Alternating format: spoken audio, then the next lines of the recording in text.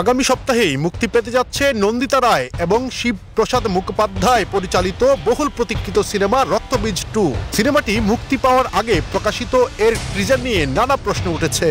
সিনেমার ট্রিজারে বাংলাদেশের সাবেক প্রধানমন্ত্রী শেখ হাসিনার একটি চরিত্র প্রকাশিত হয়েছে। মূলত এই সিনেমার মাধ্যমে ভারত ও বাংলাদেশের সম্পর্কের টানাপোড়েন তুলে ধরা হয়েছে।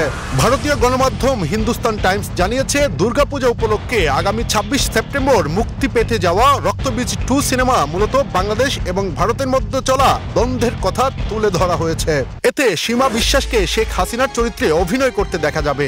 ভিক্টর ব্যানার্জিকে দেখা যাবে সাবেক রাষ্ট্রপতি প্রণব মুখার্জির চরিত্রে। অন্যদিকে এই সিনেমায় আরো রয়েছেন কাঞ্চন মল্লিক, মানসী সিনহা, অনুসুয়া মজুমদার এবং নুসরাত জাহান, যারা নিজ নিজ চরিত্রে সাবলীল। এদিকে ট্রিজার মুক্তির পর থেকেই আলাদা প্রশংসা পাচ্ছেন অঙ্কুশ।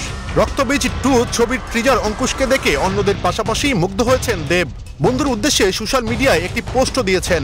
এতে তিনি বলেছেন, ট্রিজার দেখে খুব ভালো লাগলো ভাই, আমার অনেক অনেক শুভেচ্ছা গোটা টিমের জন্য। এস এম শামীম, সুখবর।